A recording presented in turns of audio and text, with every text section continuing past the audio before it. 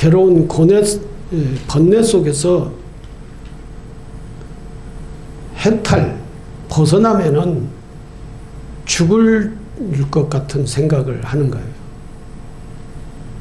이 내 습성, 여기서 벗어나면은 자유스럽지 않고 뭔가 허전하고 뭐 이런 생각을 해요. 근데 실제 거기서 벗어나보면은 그렇지도 않아요. 또 벗어나서 나름대로의 새로운 세계에 정을 붙이고 거기 세계에 습관을 들이고 그렇게 살면은 또 그렇게 사라집니다. 그게 익숙해지면은 그 세상이 더 자유스러워질 수가 있는 거예요.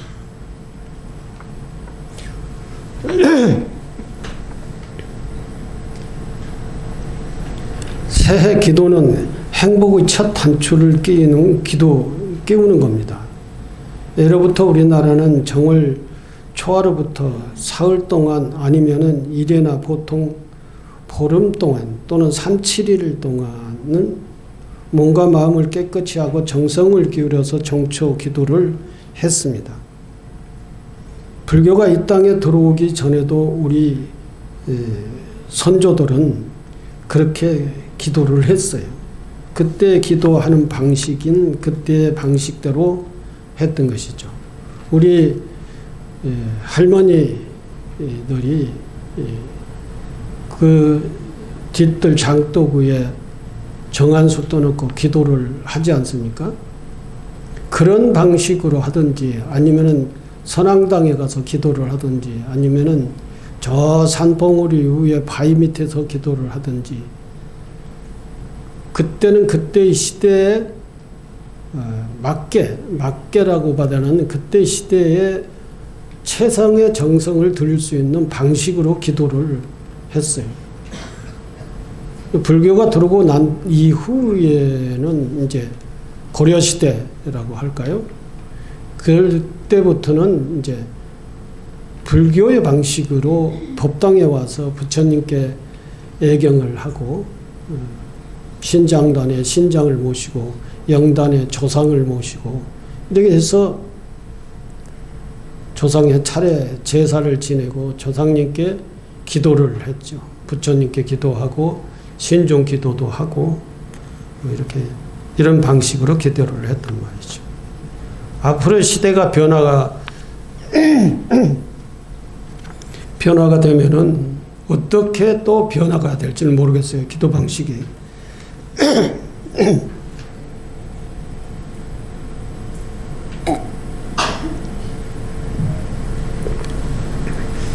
하지만 지금은 지금의 불자는 불자의 방식대로 기도를 하는 것이 인간 역사 속에서 계속 이루어져 왔던 거예요. 우리 선조들이 그렇게 그때 당시의 신앙의 대상에게 기도를 해서 우리를 낳고 우리를 기르고 우리가 이 사회를 구성을 하면서 살아왔습니다. 인간은 늘 어디에 기대야 돼요. 인간이 인간에게 기대든지 부처님에게 의지를 하든지 아니면은 그 무엇에 전통 신앙의 대상에게 기대든지 그러면서 의지하면서 그 어려운 과정들을 다 극복해서 오늘날 우리가 사는 이 세상을, 이 사회를 만들어 온 거예요. 우리는 그 은혜 속에서, 그 기도 속에서 우리는 이렇게 성장해 온 겁니다.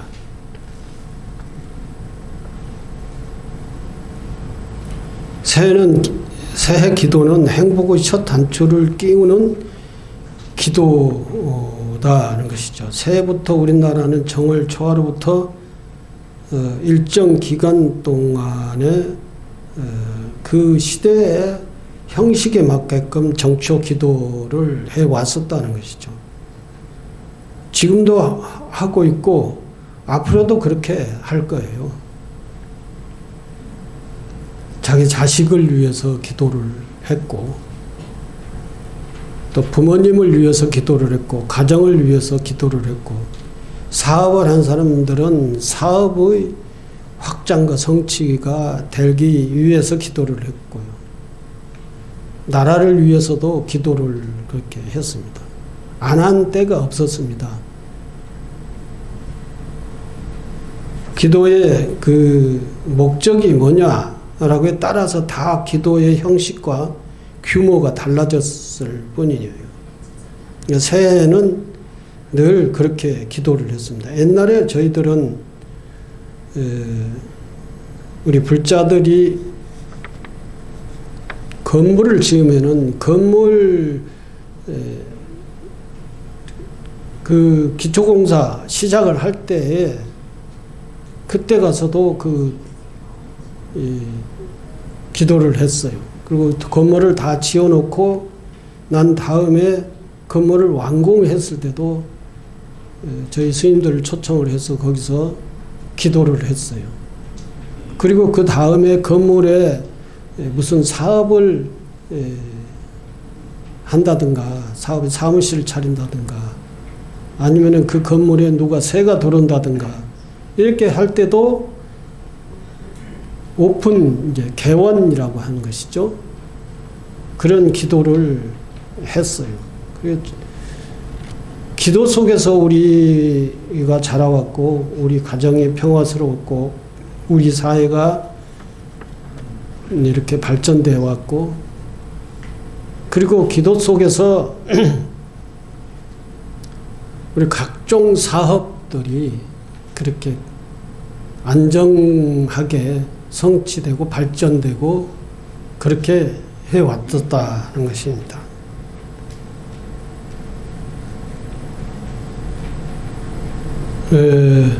불교가 들어온 뒤로부터 부처님 법에 의지해서 어리석음을 깨우치고 지혜를 닦아 욕심을 버리는 기도를 하게 되었다라고 하는 것이죠. 그렇다면 정초 기도 때 무엇을 생각하며 기도해야 할까요? 우리 정초 기도 때 주로 무슨 생각을 해야 되느냐? 무엇에 고마움을 감사하고 고맙게 생각을 하면서 무엇을 생각을 하면서 기도를 해야 되느냐? 첫 번째가 부처님 가르침을 생각해야 한다는 것이죠. 두 번째는 조상의 은혜에 감사 기도를 해야 한다.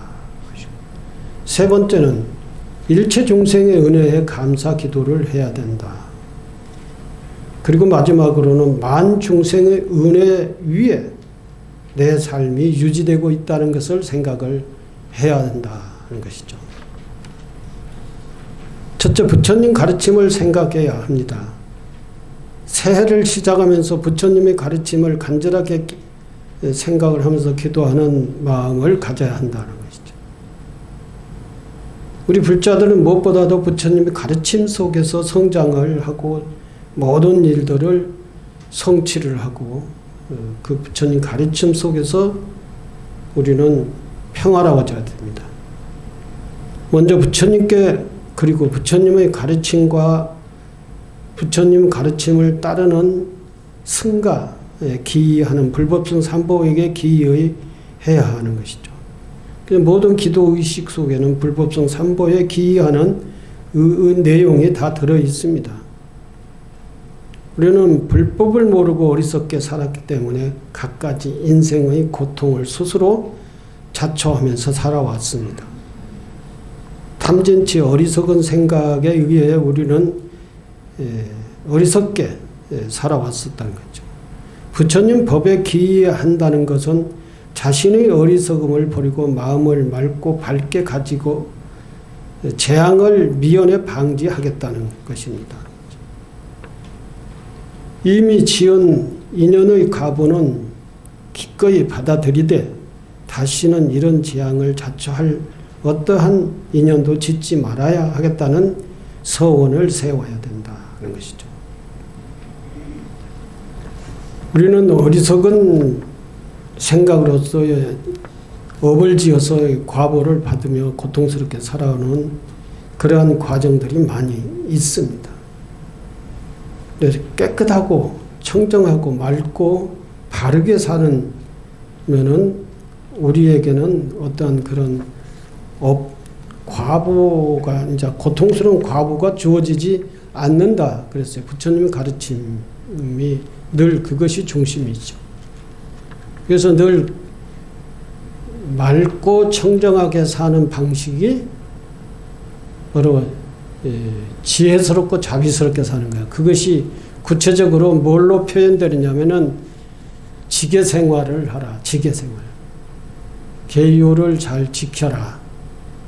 그러면 어느 누구에게도 계율의 내용은 사람이나 어떠한 생물에게도 어떠한 식물에게도 죄를 짓지 않는 거예요. 계율을 잘 지키면. 그리고 그러한 사람과 미생물과 식물과 이런 다 같이 더불어서 사는 삶의 내용의 계율을 지키고 사는 거예요. 근데 누구에게 해를 끼치겠습니까? 깨끗하고 밝게 맑게 사는 건데, 그래서 부처님께서는 늘 맑고 깨끗하게 살라. 그러면은 그 어떠한 악마도 나를 침범하지 못한다. 그리고 며칠 전에 말씀드렸지만은 맑고 깨끗하게 바르게 사는 사람을 신중님들은 보호한다고 그랬어요. 바르게 살지 않은 사람은 신중님이 보호하다가도 그 사람을 보호하지 않고 떠난다고 그랬어요. 그 두 번째는 조상의 은혜에 감사하는 기도를 해야 된다.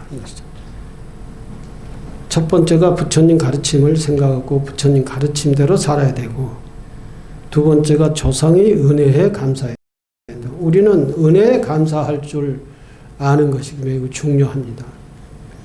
내가 이렇게 하루하루를 복되게 살아가는 것은 내가 잘나서가 아닙니다. 조상의 은혜로 내가 이 아름다운 나라에서 우리나라 말과 글을 쓰고 살아가는 것입니다. 보통 그 아만이 많고 거만한 사람들, 그리고 또 밥술깨나 먹는 사람들 보면은 굉장히 도도하죠. 자기 외에는 아무도 없다는 그런 모습으로 살아가는 사람들이 있습니다. 근데 그 사람들이 또 내가 지금 이렇게 살아가고 있는 것은 누구의 덕이냐? 내가 잘나서 그렇게 잘 사는 것이 아니다는 것이죠. 나를 낳아주고 키워주신 부모가 있고, 부모가 있게 한 할아버지가, 할머니가 있고, 증조 부모가 있고, 또 고조 부모가 있고, 그 위에 또 선조들이 있어요. 그분들이 이렇게 층층이 계시면서 우리를 낳고 기르고 또 우리가 사는 이 사회를 가꾸고 그리고 사회를 발전시키고 그러면서 오늘날 이 과학 문명의 사회에 만들었던 것이 그분이 전부 다 우리 조상들입니다. 선조 부모들입니다. 그런 분들이 있었기 때문에 우리가 오늘날 이 안정된 사회에서 살 수가 있는 겁니다. 그런데 그런 것을 모르고 자기밖에 모르는 자기중심적, 자기이기주의적으로 사는 사람들은 그런 걸 생각을 죽었다 깨어나도 못해요. 그러니 그 사람들에게 무슨 덕이 있겠습니까? 무슨 복이 있겠어요? 덕도 쌓지도 못하고 복도 쌓지도 못하고 너무나도 자기 혼자만의 생각을 하면서 각박하게 사는 것이죠. 그러니까 그 사람들은 신경질을 잘 내요. 자기 이기주의적인 사람은 불만이 많고 신경질을 잘 내고 남의 무시하고 그러는 거죠. 그 삶에, 그 사람의 삶에 무슨 덕이 있고 무슨 복이 있고 신장님이 그런 사람들 보호하고 옹호하고 하겠습니까? 절대 그렇지 않는다는 것이죠. 부처님은 자비스러워서 모든 고통받는 사람들을 다 끌어안고 제도를 하시지만 신장님은 정확합니다. 아주 뭐 공사가 정확하다고 할까, 아니면은 이것이면 이것이고 저것이면 저것이 정확하게. 그래서 신장이 철퇴를 내린다. 부처님이 철퇴 내린다는 얘기는 없어요. 아무리 잘못한 사람도 다 감싸고 그것을 교화하고 깨우쳐가는 것이지. 그러나 신장님은 아무리 잘못한 사람들 또는 지저분한 사람들을 감싸고 가는 것이 없어요. 신장님은 반드시 거기에 신장님은 철퇴를 내린다, 벌을 준다는 것이죠.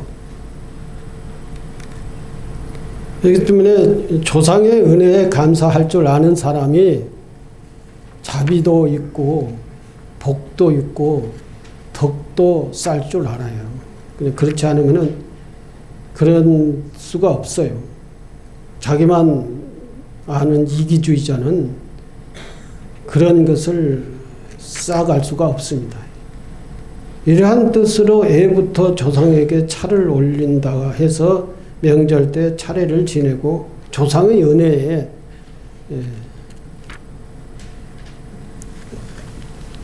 조상에 감사하는 것을 잘 해야 한다는 것입니다.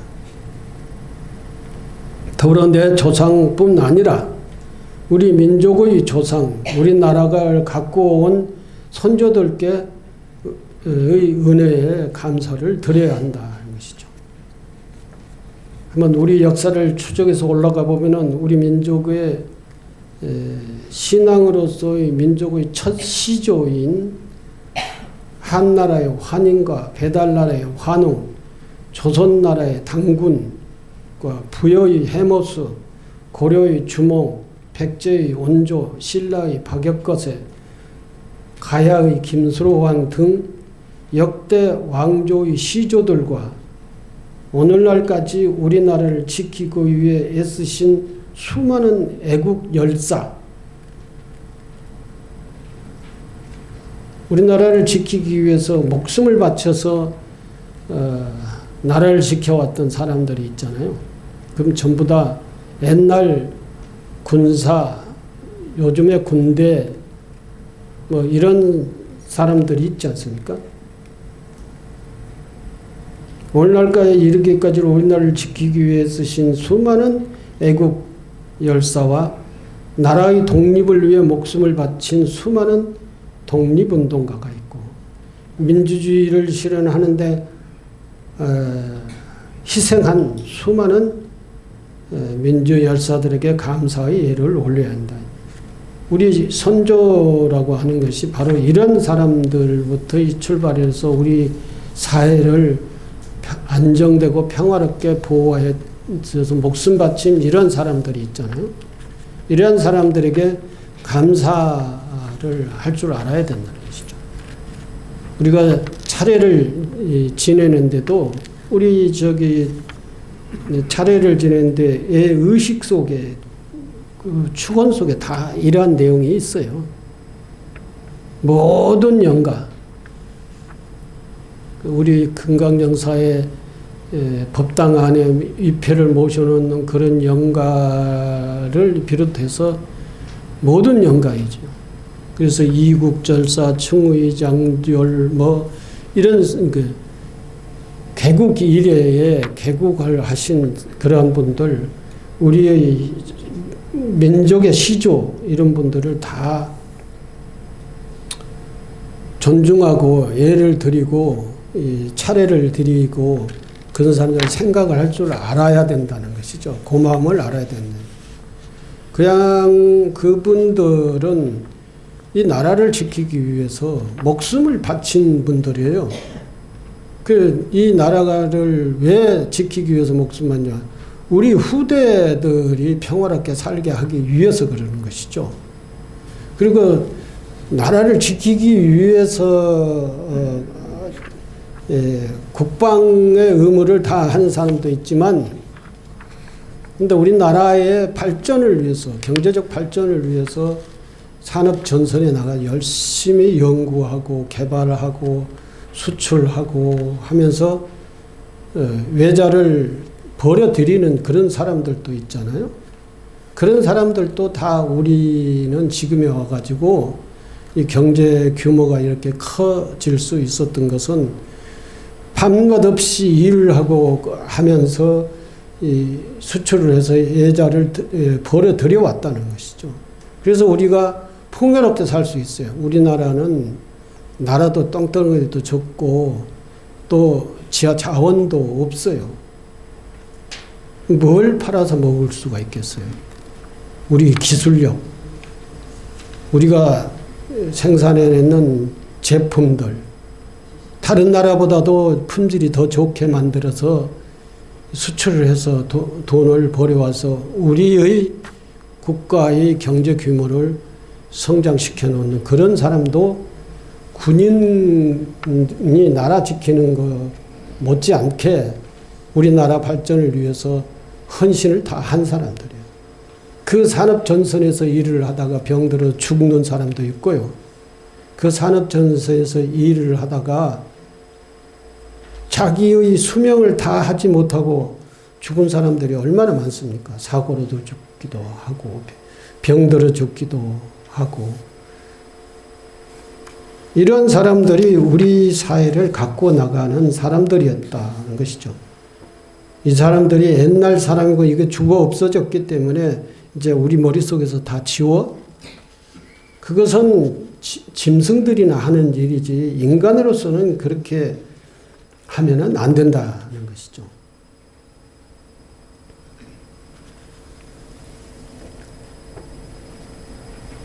세 번째는 일체 중생의 은혜에 감사 기도를 해야 된다. 그랬죠. 정초 기도를 할 때 그렇게 해야 된다는 부처님 가르침을 생각하고 조상의 은혜에 감사 기도를 해야 되고 또 일체 중생의 은혜에 감사를 해야 된다. 내가 이렇게 하루하루를 복되게 살아가는 것은 내가 잘나서가 아닙니다.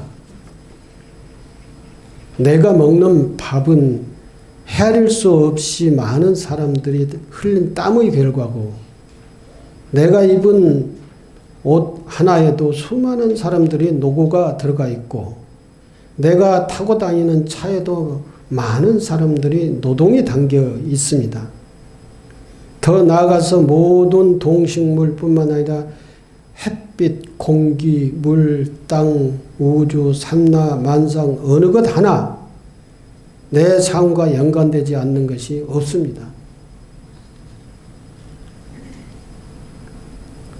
바로 이 수많은 중생의 은혜 위에 내 삶이 유지되고 있는 거예요.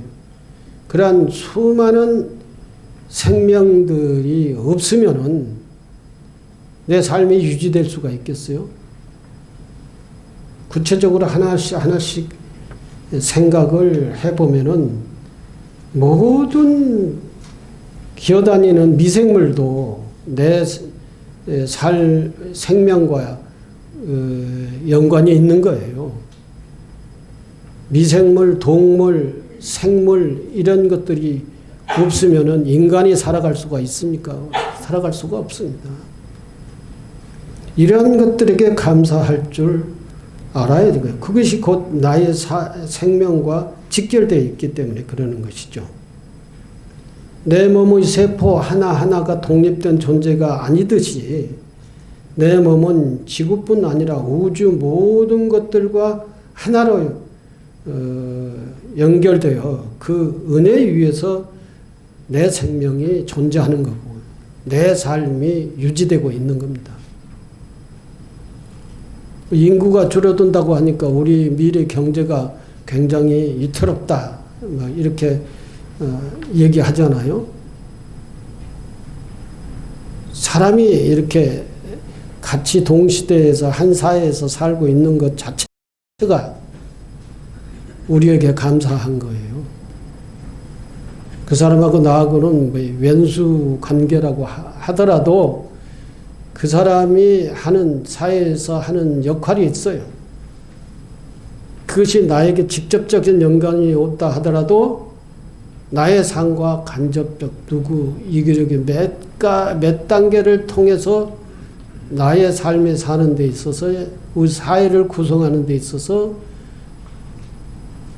이게 큰 영향을 주고 있는 것이다. 알겠죠? 식당을 하더라도 식당에 밥을 사 먹으러 온 사람이 없으면 되겠어요? 식당이 안 되죠. 밥을 사 먹으러 오는 손님뿐만 아니라 식당을 하는데 농산물이 생산되지 않으면 식당을 할 수가 있겠습니까? 근로자, 농민, 그리고 나와 직접 관계 있는 사람, 관계 없는 사람 모두가 다 내가 사는 이 삶에 다 도움이 되고 있다는 것이죠. 이걸 우리 불교에서는 연기의 관계라고 그래요. 연기법, 연기의 관계. 이 연기의 관계로 이 세상은 이루어지고 있는 거다. 연기법의 인연법에 의해서 이 세상은 운영되고 있는 거고 유지되고 있는 거다 하는 것이죠. 그래서 그 인연법에 의해서 관계된 그 모든 존재는 나의 살아나가는 삶과 관계가 있다. 그러니 자비스럽고 마음이 넓은 사람이라고 한다면은 나의 삶과 관계된 이 세상의 모든 존재에게 한 번쯤은 감사할 줄 알아야 된다. 한 번뿐만 아니라 설날, 추석날, 자기 생일날은 이러한 생각을 해야 돼.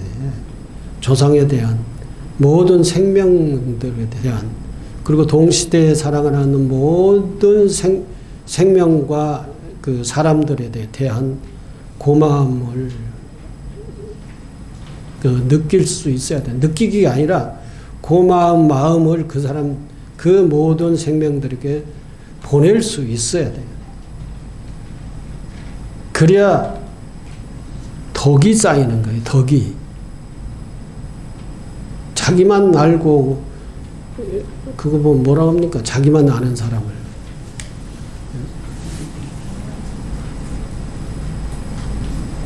구두쇠라고 그러나?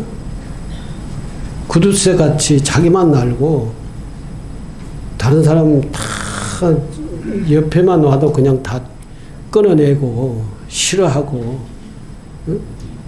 이렇게 하면은 덕이 없어요. 이 사람이 덕이 없어. 그리고 열심히 그 사람들과 감사할 줄 알고 기도할 줄 알고 마음을 닦을 줄 아는 이게 이제 덕을 닦는 거예요. 복은 이처럼 큰 마음으로 모든 사람, 모든 존재들에게 고마워하는 거예요.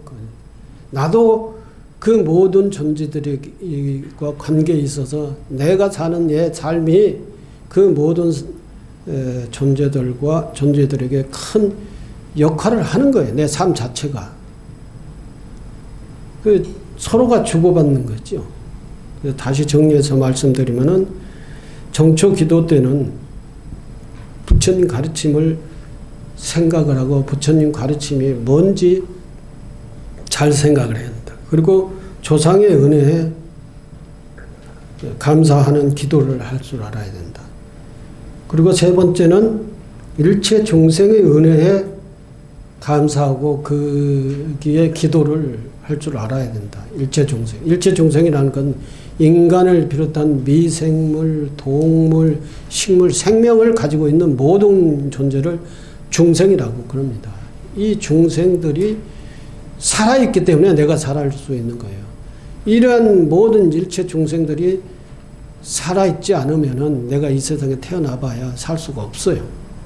내 생명과 절대적으로 직결되어 있는 거다. 그게 감사를 할 수 있어야 돼요. 그것을 느끼는 것이 부처님의 즉 바냐바라미를 깨우친 거예요. 그 관계를 알 때 바냐바라밀의 눈을 뜨는 거예요. 그것도 모르고 봉사해 가지고는 이제 자기밖에 모르는 그러한 존재가 되는 것이죠. 그리고 만중생의 은혜에, 만중생, 모든 생명의 은혜에 내 삶이 유지되고 있다는 것을 생각을 하면 만생명에게 고마움을 알아야죠. 이게 불교의 부처님의 제자들은 이런 생각을 하기 때문에 다른 것을 배척을 하지 않아요. 다른 것을 미워하지 않아요. 다른 것과 인연관계를 다 끊어버리고 자기 혼자만이 독립돼서 살지 않아요. 다 모든 것들, 모든 생명들과 관계로 서로의 주고받으면서 사는 것이 생명의 원리예요.